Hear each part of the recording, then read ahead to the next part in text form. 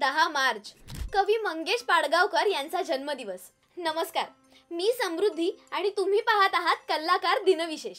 14 फेब्रुवारीला Valentine's day प्रेम दिवस साजरा केला जातो, पण खरं तर मराठी माणसांनी 10 मार्च हा दिवस प्रेम दिवस म्हणून साजरा करायला काहीच हरकत नाही।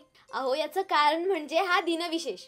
या जन्मावर या जगण्यावर शतदा प्रेम करावे, असे जीवनाचे सार आपल्या भावकाव्यातून सांगणाऱ्या मराठी काव्य विश्वातील अजरामर कवी मंगेश पाडगावकर यांचा जन्मदिवस। मंगेश पाडगावकर यांचा जन्म 10 मार्च 1929 रोजी सिंधुदुर्ग जिल्ह्यातील वेंगुर्ले येथे झाला। त्यांनी मुंबई विद्यापीठातून मराठी आणि इंग्रजी साहित्याची पदवी मिळवली। साहित्याची गोडी लहानपणापासूनच असल्याने त्यांनी कविता लेखनास सुरुवात केली। मंगेश पाडगावकर हे मराठीतील सर्वाधिक वाचले जाणारे आणि लोकप्रिय कवी होते। त्यांनी 35हून अधिक काव्यसंग्रह लिहिले। त्याशिवाय अनुवाद, ललित लेखन आणि बाल कवितांमध्येही त्यांनी योगदान दिले। त्यांच्या कवितांमध्ये प्रेम, निसर्ग, तत्वज्ञान, राजकीय आणि सामाजिक विषयांना हळूवार स्पर्श केला जातो। त्यांच्या कविता सहज आणि सरळ भाषेत जरी असल्या तरी त्यात भावनिक खोली आणि सौंदर्य दृष्टी दिसून येते। त्यांच्या कविता अनेक संगीतकारांनी चालबद्ध केल्या आहेत आणि सुधीर फडके, हृदयनाथ मंगेशकर, आशा भोसले, लता मंगेशकर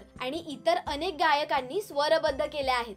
सलाम सबको सलाम, ज्याच्या हातात दंडा त्याला सलाम।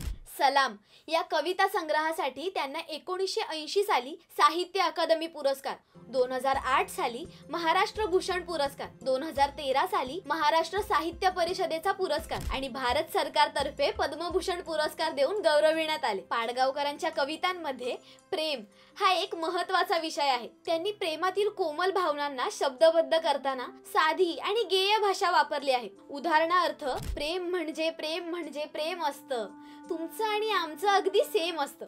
प्रेम म्हणजे प्रेम म्हणजे प्रेम असतं, तुमचं आणि आमचं अगदी सेम असतं।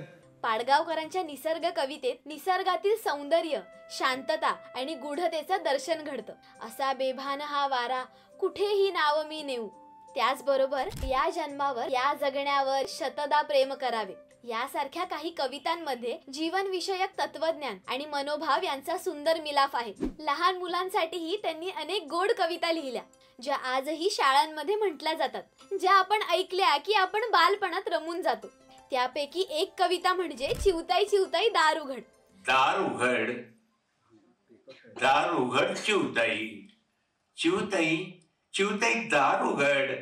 मंगेश पाडगावकर यांच्या कवितेतील सहजता, भावनिक सौंदर्य आणि गेयता यामुळे त्यांच्या कवितांना मराठी रसिकांचा अतूट प्रतिसाद लाभला आणि आजही त्या नवीन पिढीपर्यंत पोहोचत आहेत। कारण मंगेश पाडगावकर म्हणतात, शब्दांवर प्रेम असलं की कविता उगवतात। तुम्हाला आवडणाऱ्या मंगेश पाडगावकरांच्या कविता कोणत्या हे आम्हाला कमेंट करून नक्की सांगा। ही विशेष माहिती आवडली असेल तर लाईक करा, हा व्हिडिओ जास्तीत जास्त लोकांसोबत शेअर करा आणि सगळ्यात महत्त्वाचं म्हणजे आपल्या कलाकार YouTube चॅनलला सबस्क्राईब करा, इंस्टाग्राम, फेसबुक पेजला फॉलो करा आणि बघत रहा कलाकार दिनविशेष।